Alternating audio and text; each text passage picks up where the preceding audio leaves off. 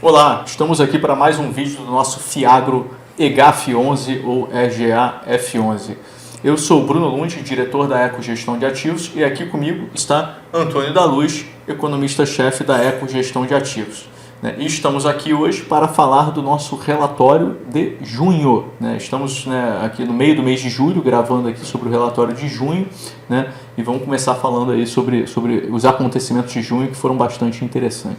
Isso é bom lembrar, né, Bruno? Lá, todos os nossos investidores, que os atos são de junho, mas o pagamento do dividendo aconteceu agora há bem poucos dias, então nós estamos aqui gravando logo após o pagamento.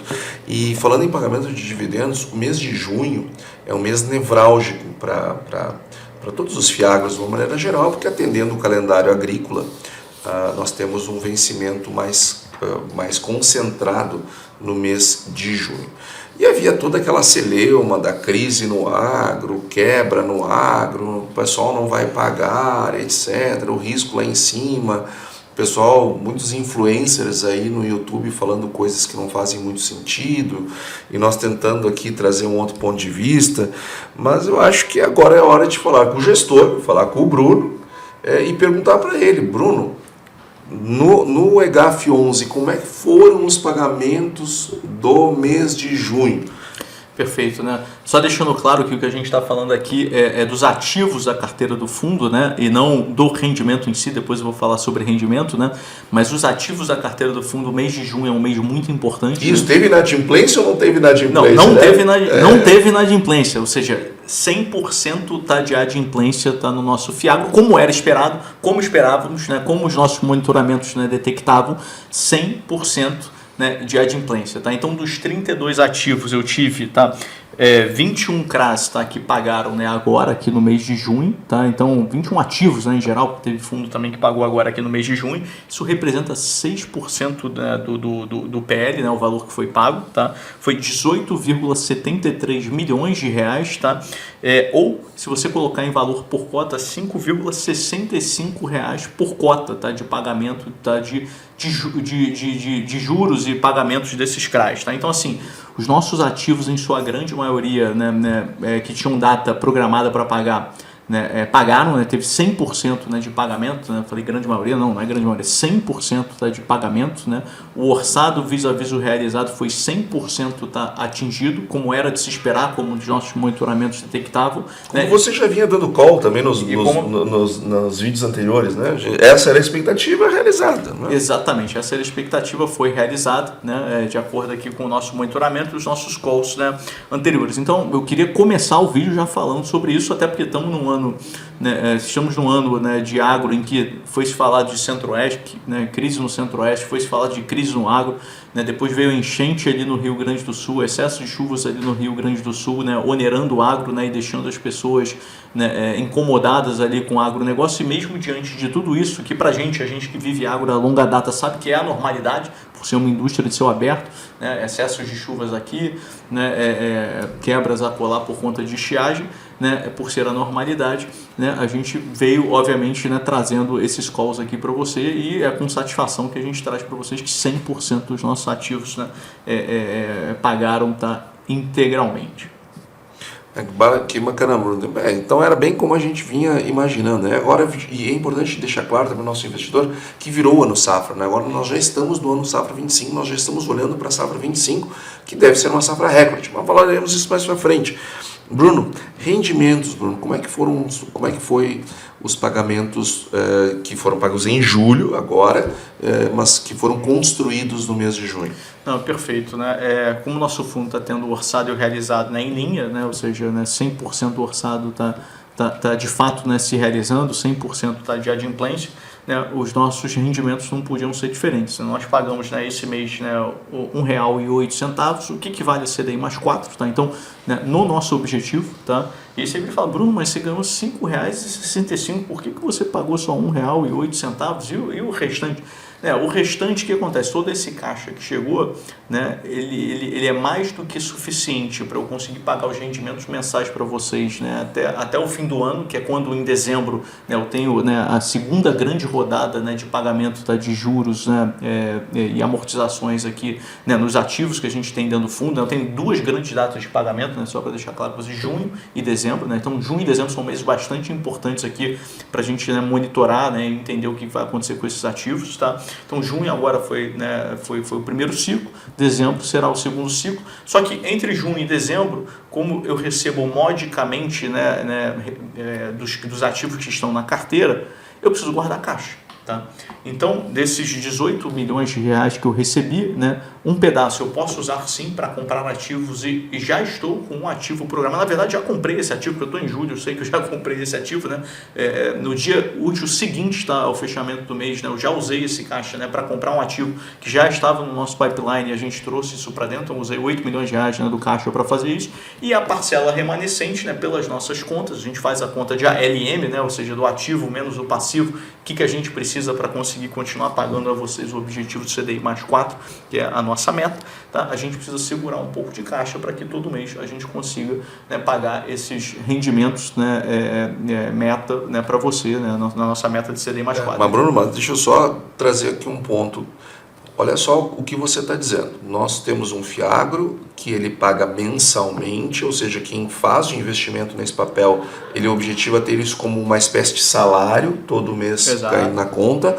Como o agro tem lá suas datas, tem períodos de maior concentração e menor concentração, e o risco do papel é não receber o juro. Exatamente. E o que você está dizendo é que daqui até dezembro você já está com dinheiro para pagar todo mundo até dezembro, é isso? Exatamente. Eu seguro esse recurso. Eu faço o ALM, né? Eu vejo o que eu vou ter de recebimentos, né, de hoje até dezembro, que não são muitos, porque os nossos ciclos estão muito concentrados em junho e dezembro. Né? Obviamente, né, conto com esses recursos, porque no nosso monitoramento, né, não deveria ser um problema receber esse dinheiro, não tem nenhum alerta, nenhum red flag, né, para esses ativos que vão pagar no meio do caminho. Né? Mas eu tenho que segurar o caixa para... Né, a soma do que eu tenho de caixa hoje mais o que eu vou receber no futuro até dezembro, que é a nova grande rodada de pagamento, né, de amortização e juros, né, eu consiga, né, pagar para vocês, né, cotistas, né, o rendimento mensal, a renda mensal, o salário mensal que vocês extraem aqui, tá, do EGAF. Ainda vai pagar DI mais 4. Exatamente, que é com o objetivo de pagar DI mais 4. Tá? Então, de verdade, na nossa simulação, no nosso fluxo de caixa, a gente consegue fazer isso até o fim do ano. Tá? Então, atender o objetivo de CDI mais 4 até o final do ano, né, está super crível pela nossa simulação. Então, nossa expectativa é a gente continuar atingindo e entregando, né, a meta para vocês que a gente se comprometeu, tá, até o final do ano. Então, a gente não vê problemas para que isso aconteça. Tá? E basicamente com esses recebimentos, como você mesmo citou, né, com esse caixa, um pedaço eu já engatilhei para comprar um ativo, ou seja, o caixa disponível que eu tinha, né, levando em conta, né, os pagamentos futuros que eu tenho que fazer, eu comprei já um novo ativo. Comprei esse novo ativo exatamente no dia 1º de julho, tá? Que foi um dia útil, né, depois dessa rodada, né, de pagamentos agora, do fechamento de junho, tá? Exatamente para usar o caixa e o fundo ficar 0% ocioso. Né? O único caixa que eu vou ter no fundo é o necessário para eu conseguir chegar até dezembro pagando para vocês, né, o nosso objetivo aqui de CDI mais 4. Tá? Então, essa foi a nossa estratégia. Claro que esse não foi um trabalho que a gente fez de um dia para o outro. Né? A gente já tinha, né, esse pipeline, já separou esse ativo aqui para trazer para dentro do fundo, já sabia que a gente ia receber, né, os 18,7 milhões de reais, que sobrariam, né, 8 milhões de reais ali para a gente fazer essa compra, e com essa sobra de 8 milhões de reais a gente fez essa compra. A parcela remanescente agora a gente segura, né, até o fim do ano. É óbvio que se eu fizer uma venda aqui, uma compra a colar, né, no secundário, né, essas coisas podem mudar um pouco aqui, um pouco para lá, mas enquanto a gente não faz isso, a gente obviamente tem que, né, manter o conservadorismo, né, e segurar, né, e fazer uma boa gestão de caixa. E quanto é que foi o pagamento do rendimento? Perfeito. E aí o pagamento do rendimento foi de 1,08. Você fala, Bruno, mas no mês passado foi 1,13, agora 1,08. O que aconteceu? Aconteceu alguma coisa? Eu falei, não. menos dias úteis. Eu tive um dia útil a menos, acabou trazendo esse pagamento de 1,13 para 1,08 centavos, né? Selic permanecendo estável, né, em 10,5, né? Tudo indica que deve permanecer estável aí por um tempo, né? Se você olhar a curva de juros, inclusive, está ao contrário, né? A curva, na verdade, desinverteu, né? Ela voltou a empinar, né? Ela estava invertida e agora, né, empinou, né? Por conta, o Antônio deve citar isso na sua parte de macro, vai citar isso na sua parte de macro, né? Riscos fiscais, né, e etc. fizeram com que a curva, obviamente, ficasse mais positivamente, né, inclinada. Então, quando você olha a curva, na verdade, prevê-se até uma alta de juros, né, pelo que está implícito na curva, mas a gente acha que, por enquanto, isso é só prêmio, né, não deve acontecer essa alta, a taxa deve ficar ali no patamar de 10,5 ali até o final do ano, o que é muito positivo para você, investidor, né, que tem os seus rendimentos do EGAF indexados à CDI, né, um CDI a 10,5 estável, ao invés dele cair para 9,5, 9, 8,5, que era o que estava previsto, né, anteriormente, para você é mais dinheiro no seu bolso, né? Então isso é importante, tá? Então junho foi 1,08, no ano R$ 6,88, né?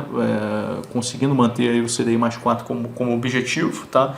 Que é equivalente aí a IPCA mais 9,30, né? Um rendimento bastante interessante quando comparado, né, com a inflação, tá? E desde o início do fundo, acho que vale a pena mencionar, a gente já entregou R$ 40,89, né, equivalente a CDI mais 4,94, ou seja, batendo o nosso objetivo, superando o nosso objetivo, né, e em termos de IPCA mais 12,44, né, ou seja, uma rentabilidade muito interessante para você, investidor, seja em termos reais, quando você compara, né, com o indexador do IPCA, seja também em termos nominais, quando você compara, né, com o CDI. Então é um fundo que vem performando muito bem, tanto em termos reais quanto em termos nominais. Tá? Então isso era o que eu queria falar de rendimento. E a performance, Bruno? Como é que foi as questões de performance? Tem algumas, você gosta de trazer várias formas de mostrar, né? Não, perfeito, né? Esse mês, né, ainda é um mês em que, de novo, né, o agro está bastante, né, machucado, né? Não o agro em si, porque a gente entende bem do agro, mas na mídia, né? Então, né, as pessoas ainda estão com alguma restrição ali com o agronegócio no geral, né, principalmente as pessoas, né, que não entendem. Ouviu falar da enchente do Rio Grande do Sul afetando, né, o agro, ouviu falar do Centro-Oeste, quebra no Centro-Oeste afetando o agro. Isso pressionou, né, as cotas, né, de todos os fiagos para baixo, o nosso não foi exceção, né? Está pressionado para baixo ainda, essa pressão ainda não cedeu, tá? Então a cota ainda continua, tá, num patamar baixo, abaixou um pouquinho mais no mês de junho, tá? Todos os fiagos abaixaram um pouquinho mais, né, no mês de junho, e o nosso também acabou não ficando para trás, é um efeito manada que está acontecendo com a indústria como um todo, a despeito, né, do que a gente tem falado aqui, né, dizendo que isso é a normalidade aqui do agronegócio, a gente sabe navegar nessas águas, né, muito bem, mas a despeito disso, né, as pessoas em geral ainda continuam pressionando, né, o agro para baixo. Oportunidade, né? Exatamente. É uma questão de, obviamente, conhecimento do tipo de investimento. Acho que com o tempo, né, as pessoas vão conseguindo separar melhor o joio do trigo e com isso, né, a gente não sofre esse efeito manada quando tem qualquer notícia referente a uma quebra. Quebra é absolutamente normal, né? Quebra não deveria, né, pressionar, né, o nosso fiado para baixo, porque isso é absolutamente normal. A gente sabe, né, pilotar, né, o nosso Titanic aqui, né, nessas águas, né, quando tem quebra, né? Então não deveria, né, pressionar, mas pressiona por causa dessa incerteza das pessoas, falta de conhecimento do agronegócio, falta de educação financeira sobre o agronegócio, coisa que a gente quer com os nossos vídeos, né, esclarecer cada vez mais aqui para vocês, né, e trazer esses elementos aqui para vocês, mas infelizmente a gente não tem ficado, né, fora desse efeito manada que está acontecendo. E aí, por que eu falei isso? Porque em junho, né, a nossa rentabilidade, né, do EGAF foi de 1,07, né, 1,07% negativo, tá? E negativo porque o preço caiu um pouquinho mais, né? Então o preço caindo, né, o dividendo não foi suficiente, né, para fazer esse preço reverter, né? Então acabou sendo, né, uma rentabilidade, né, de menos 1,07, mas isso é no secundário, contra um CDI de 0,79. E é por isso que eu gosto de falar sempre das três métricas, porque o secundário, de novo, é o momento, é o humor das pessoas, né? É como as pessoas, né, estão com aquele humor, o consenso delas com relação ao preço, e como todas estão com uma visão negativa do agro, na nossa forma de ver, né, errônea, tá? Acaba que você tem esse impacto, né, no secundário, né, negativo. Porém, quando você vai tá, para, né, o resultado contábil do fundo, e é esse sim que eu acho que você tem que monitorar, né, você investidor precisa monitorar, porque é nele que está a saúde do fundo. O que é o resultado contábil? É olhar como os ativos do fundo estão performando, né, menos as despesas do fundo, e como chega o resultado, né, na última linha desse fundo, né? Ou seja, eu não levo em conta o que está acontecendo no mercado secundário, eu olho o que está dentro do fundo mesmo, ou seja, o fundamento, né, do fundo. Tá? Então, é o fundamento do fundo, esse é o resultado contábil. Por isso que a gente gosta de olhar isso, né, profundamente, e a gente passa isso para vocês. Né? Em junho, nosso resultado foi de 1,09 positivo, né? Então, né, lembrando, secundário 1,07 negativo, porém o resultado do fundo, o fundamento do fundo, o fundo, né, rendeu 1,09 positivo, ou seja, foi exatamente, né, o inverso. Tá? O que equivale aí aproximadamente o seu CDI, né, mais 4. Tá? Isso é muito importante. No ano, o fundo continua, né, e está se mantendo super saudável, 7,21%, né, o que equivale também aí aproximadamente a CDI mais 4. Tá? E desde o início do fundo, né, também mantendo a sustentabilidade, 56,19%, o que equivale a CDI mais 6% aproximadamente. Ou seja, é algo, né, bastante interessante para você investidor. A gente vem conseguindo manter a consistência desse fundo, vem conseguindo entregar quando você olha para o resultado contábil. Alguns momentos de euforia, né, a cota sobe e aí você tem um resultado secundário, né, maravilhoso.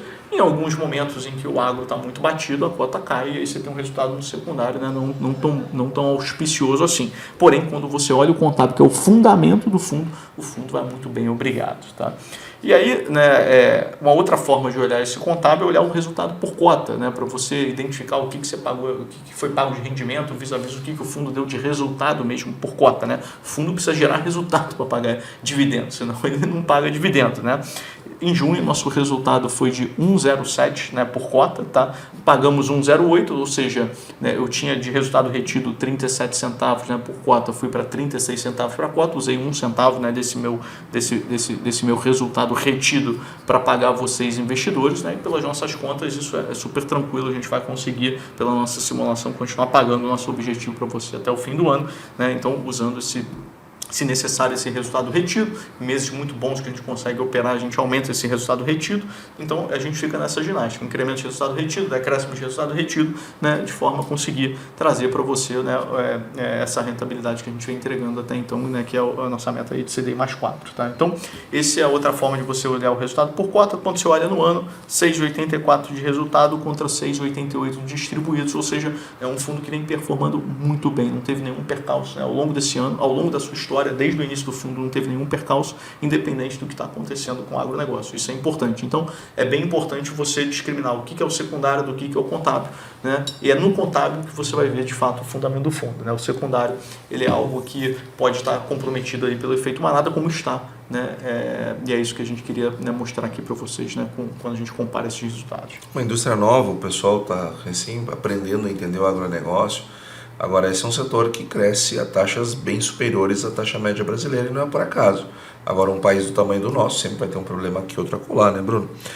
E os atos de gestão, Bruno? O que você fez para entregar o DI mais 4, para fazer com que haja esse crescimento, para que a performance do seu patrimônio seja excelente? Quais foram os atos de gestão de junho que vão refletir de julho em diante? Não, perfeito. Né? Basicamente, né, eu vendi 2 papéis, tá, nesse mês e comprei um. Tá? Eu vendi aproximadamente 4,6 milhões de reais de papel e comprei 1,6 milhão de real de um papel. Tá?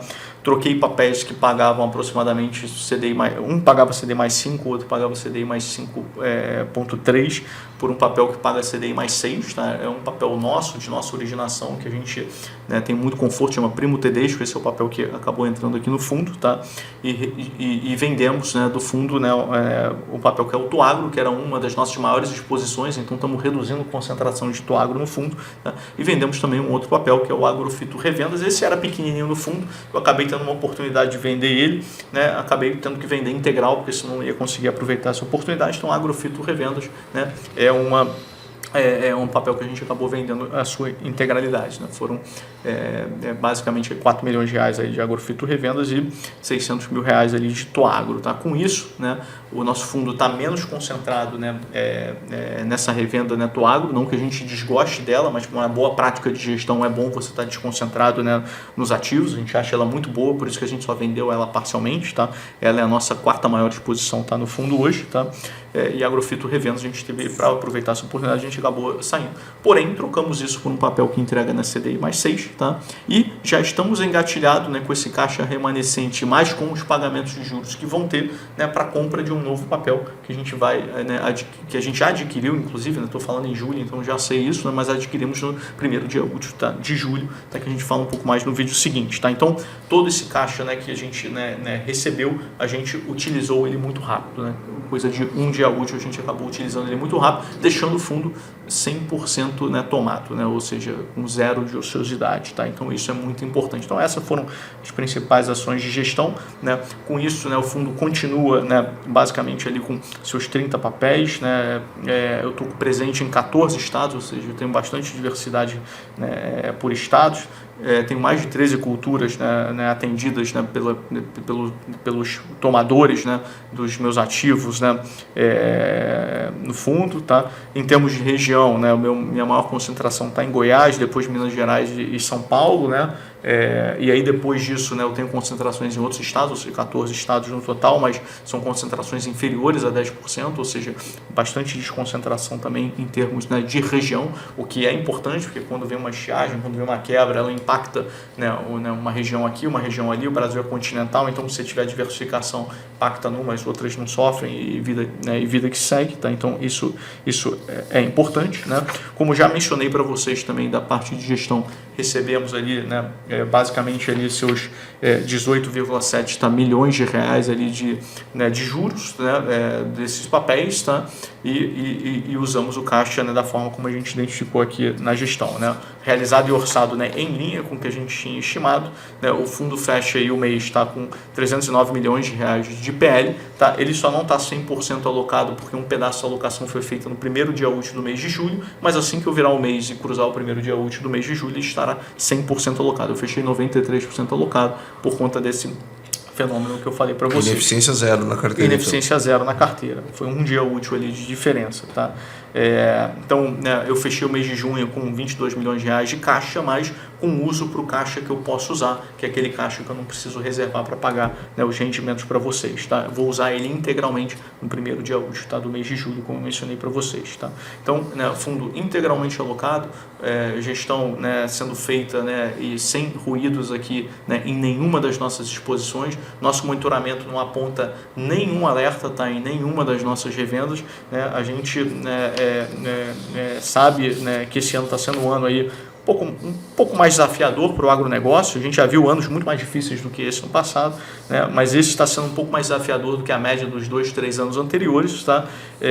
Isso, obviamente, né, tem gerado essas notícias aí negativas, né, do agro, mas a gente acha que não é para tanto, né? E o reflexo disso está aqui no nosso fundo, né? As seleções que a gente fez no fundo, a forma como a gente estruturou os ativos, né, sempre baseados em subordinação na média 30%, pulverização da carteira, né, estrutura, né, bem montada com recebíveis desconcentrados, sejam eles como garantia, sejam eles cessão plena nessas carteiras, faz com que a gente tenha, né, esse resultado. Sem contar a nossa tese de operar na cadeia de insumos, que na nossa visão é o segmento do agronegócio de menor risco, pelo engajamento que esses players têm com seus clientes e têm com seus fornecedores, né? Então, isso tudo feito, né, é o resultado que a gente está colhendo aqui agora, essa rentabilidade interessante, essa performance, né, muito positiva, mesmo no ano de um desafio, né, um pouco maior ali para o agronegócio. Bom, com isso eu termino aqui a parte, né, de performance, falar um pouco de fundo. Vamos entrar agora e falar um pouco de macro e agro, né, Antônio? Passar um pouquinho a nossa visão aqui para os investidores. Macro está bastante animado ultimamente, né? Muito fiscal aí acontecendo, né? Muitos eventos aí eventualmente, né, deteriorando o fiscal e trazendo, né, mais ruídos aí para a nossa economia, né, inclinando curva, né? No agro também chegamos no final desse ciclo do agronegócio, né, da safra 23-24 e começamos agora a safra 24-25. Então acho que tem bastante coisa aí para a gente falar de macro e agro, e a palavra está contigo. Verdade, Bruno. Página virada da safra 24, agora já estamos na 25. E muito bacana, parabéns pelos resultados. Eu acho que esse mês de julho é um mês muito especial, porque quando nós falamos do relatório de junho, que geram os dividendos que são pagos em julho, por isso que a gente fala em julho, ele é nevrálgico, não só para o EGAF, mas para todos os fundos de uma maneira geral. Ele é importante porque todos seguem um calendário da safra. E, poxa, passamos com 10, né? Pô, 0 de inadimplência, tudo certinho. É a questão de conhecer o que está fazendo, as empresas com as quais está se relacionando, fazer bem feito. Parabéns, Bruno, muito bacana os resultados. E tem gente que está preocupada com o agro. Eu estou preocupado com o agro, Bruno. O agro vai bem. O agro vai bem. O agro vai bem, o agro vai bem. Eu estou preocupado com o macro, porque nós tivemos sim uma estilingada muito forte da curva de juros. Agora já deu uma acalmada nesses últimos dias. Nós estamos em meados de julho e até os primeiros dias de julho a coisa estava bem complicada. Falas bastante fortes do presidente da República, ora contra o presidente do Banco Central, ora contra a política monetária, ora contra a política fiscal que propõe uma redução de corte de gastos, e tudo isso criando uma preocupação muito grande no mercado, e não é para menos. O país emergente, via de regra, gera crise no fiscal, e nós estamos percorrendo o nosso caminho até uma crise de maneira muito acelerada. Então é natural que as pessoas fiquem incomodadas com isso, e a resposta termina batendo lá nos juros. E a curva de juros, como muito bem o Bruno falou, ela inclinou bastante, fazendo com que o Banco Central tenha que parar o seu ciclo de redução de baixa de juros. E não só isso, na última ata do Copom, ficou muito claro que eles debateram inclusive a taxa de juros neutra, que está acima do que poderia ser, né? Eles estão trabalhando trazendo um olhar mais altista para o juro neutro. O juro neutro, para lembrar, é aquela taxa de juro que nem expande a base monetária e nem contrai, ou seja, o Banco Central não está fazendo nenhum movimento, nem num sentido nem no outro, é a neutra. E isto veio para quase 10%. Então, estamos com um nível de Selic alta e não parece que vamos retomar esse ciclo de baixa tão cedo. E só para dar uma âncora, né, essa taxa neutra era 8, né, na casa era dos 8,5%. A gente não tem... Ela não é um dado objetivo, né? Ela é um dado subjetivo. Então, eu posso ter a minha expectativa, você pode ter a sua, o nosso investidor pode ter outra, porque ela não tem, cada um pode ter o seu modelo. Tem um grau de subjetividade importante, mas o Banco Central, que é quem importa, quem decide, né, trabalhava lá na casa dos 8,5%, agora está lá na casa dos 9,75%. Então, subiu uma expectativa de piso para a Selic. Então, isso é uma questão importante. Nós estamos 0,75 acima do piso. Então, ou seja, o horizonte de recuo também não é tão grande. E agora, com uma dívida PIB que não para de crescer, com uma expectativa de inflação desancorada e com o Focus trazendo toda semana elevação da Selic para 24, aliás, elevação do IPCA para 24 e elevação do IPCA para 25, já são 9 semanas elevando a 25, traz a expectativa para um grau desancorado. E a taxa de juros tem justamente esse papel, trazer a inflação para o prumo e ancorar a expectativa. Nós estamos desancorando a expectativa. Então, o Copom hoje, ele não tem como baixar a taxa de juros.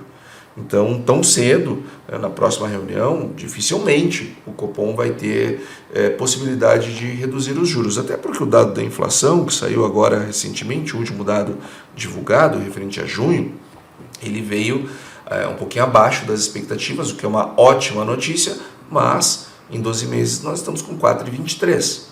Lembrando que a nossa meta é 3. Então, e com o nosso sistema de bandas, 1,5%, vai lá 4,50. Estamos nos aproximando do teto da banda de aceitação de inflação. Então, não estamos num momento que recomende uma redução dos juros. Isso o presidente correu para dar uma aliviada no seu discurso, deve ter sido aconselhado, e ele moderou efetivamente, inclusive fez uma fala que agradou muito o mercado, dizendo que o país não vai quebrar no seu governo, que ele não é responsável, que ele aprendeu com a mãe dele que não pode gastar mais que arrecada, etc. Embora esteja gastando, né, Bruno? Sim. Infelizmente. Infelizmente ele está gastando, mas não está seguindo exatamente o conselho da sua mãe. Mas o fato é que isso trouxe uma mudança de perspectiva, isso mudou o cenário, isso passou uma mensagem para o mercado. Opa, aquele Lula que não estava tendo nenhum controle, que estava deixando a esplanada dos ministérios sair gastando sem critério, esse cara parece que agora voltou para o meio de campo, não, parei, vamos dar uma parada para respirar. Entretanto, nesses últimos, se aguentou aí umas 2 semanas, mas ele voltou a dar declarações polêmicas, né, dizendo que precisa ser melhor convencido. Enfim, vamos ver o que vai acontecer da gravação desse vídeo em diante. Eu estou otimista que vai haver um reposicionamento do governo brasileiro, nós vamos começar a organizar melhor esse fiscal, porque senão as coisas vão ficar bastante complicadas. É bom dizer também para você, investidor, que agro brasileiro tem uma característica. Ele depende muito menos da economia brasileira do que os demais setores da economia. Aqui é o seguinte, se não estamos conseguindo vender no mercado interno, a gente lamenta muito, isso dói muito. A gente produz principalmente no mercado interno, é o nosso mercado, é quem a gente gosta de produzir, é o brasileiro que nem a gente. Agora, se o brasileiro ele não consegue consumir o produto, porque se criou uma crise no país, a gente aumenta as exportações. É diferente, por exemplo, de vender apartamento. Eu não consigo exportar um imóvel. Né? Os bens industriais, nós temos dificuldades gigantescas de ter uma posição mais forte no mercado lá fora. Então, o agro ele tem uma característica de se manter mais estável quando o Brasil ele não vai muito bem. E essas declarações todas também atingiram muito a taxa de câmbio, que chegou a bater 5,70, depois recuou para casa ali no intervalo de 5,40 e 5,50, justamente porque o mercado ele está precificando, e isso é importante o nosso investidor ter claro, o mercado está precificando juro, ele está precificando câmbio, ele está precificando inflação, e a raiz de tudo isso é a mesma, fiscal. É o fiscal do Brasil. É o fiscal que não vai bem e que vem dando sinais de desgaste e preocupação. E olhando lá para fora, os Estados Unidos, pela primeira vez, e quem está aqui todo mês conosco, quem acompanha lá o nosso podcast Ecoagro Talks toda segunda-feira, sabe que a gente vem desde o ano passado dizendo que os Estados Unidos não tem chance de baixar juros, Estados Unidos não tem chance. Pela primeira vez, nós tivemos um dado que sugere que pode haver ali uma luz no fim do túnel para os Estados Unidos baixar juro ainda em 24, pela primeira vez, que foi o CPI do último mês. Nós tivemos realmente um recuo significativo, já tinha tido um dado razoável no mês anterior, esse confirmou e veio bom. Então, parece que pela primeira vez a gente começa a enxergar uma possibilidade de baixar juro ainda em 24, os mais otimistas em setembro, não sei, acho que ainda não, mas há uma possibilidade sim. Começou a melhorar o cenário para reduzir juros lá nos Estados Unidos, o que é uma boa notícia para o crescimento econômico. E falando de agro, Bruno, nós tivemos um novo relatório do USDA e um novo relatório do IBGE, um novo relatório da Conab, todo mundo trazendo a safra 2025 para recorde. Então, se o PIB do Brasil vai ter um resultado ruim em 2024, pelos problemas climáticos que nós tivemos primeiro no Centro-Oeste, depois no Rio Grande do Sul, ele já ficou para trás. Esse PIB é feito até 30 de junho de 2024, porque o grosso da safra ele entra até este período. Depois nós vamos ter um resíduo de safrinha e depois a pecuária, e safra de inverno, que tem um impacto bem menor na oscilação do que o que acontece no primeiro semestre. E estamos falando de uma safra de soja de saltar de 153 milhões para 169 milhões, de acordo com o USDA. De acordo com a consultoria, a mais otimista delas, a gente está trabalhando com 171 milhões de toneladas. Então, é uma virada de página. Se o PIB do Brasil não teve o auxílio do agro em 24, pode ter certeza que terá em 25. Em 2025, o PIB brasileiro vai crescer puxado pelo agro, porque com uma expectativa de produzir 125 milhões de toneladas de milho, 169 milhões de toneladas de soja, 11 milhões de arroz, 10 milhões de trigo e assim por diante, fora a cana que está bombando, o café que está bombando, café nos preços máximos, batendo recorde. Bateu 1.500. Batendo R$1.500 a saca. Aliás, você tem que... Saiu de 800, 900 para 1.500, né, nos últimos 3, 4 meses. Aliás, você tem um monte de cafeicultor aí debaixo da sua gestão, né? Tem o Casa do Café, Café Brasil, tem várias, né, revendas e indústrias, né, que apoiam nessas revendas, que são especializadas aqui em café e estão se beneficiando, estão muito contentes, né? A gente conversa com elas e elas estão aproveitando esse momento, né, positivo aí para o café. Não há dúvida. Então a expectativa que nós temos para a safra 25 é uma safra muito boa. Evidente que safras muito boas, elas trazem um nível de preço mais para baixo.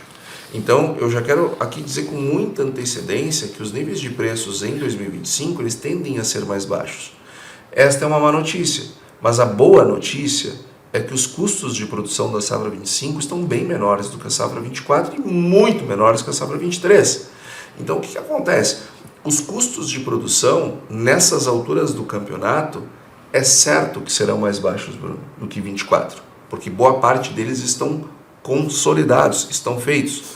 E os preços da safra 25, mesmo eles mais baixos, eles vão garantir uma boa margem de renda. E nós podemos ter uma avaliação, uma reavaliação ainda para cima dos preços, porque afinal de contas estamos aqui trabalhando com um cenário base de maior safra, menor preço. O custo está dado, ele é menor, o preço ainda pode se recuperar. Então, nós estamos vendo uma virada, o relatório de junho ele é muito importante, porque quando a gente vira o ano safra, viramos o ano safra e estamos olhando uma safra 25 excelente, que vai ajudar muito o PIB brasileiro a crescer no ano que vem.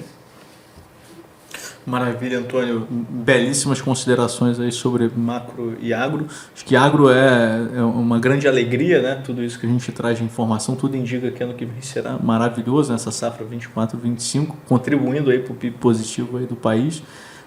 Esperemos, né, que o fiscal melhore também para ver se a gente consegue ter um cenário mais positivo para o Brasil e a gente comece a ver os indicadores cedendo, né, e as empresas como um todo, né, melhorando, não só do agro, mas do Brasil como um todo, né.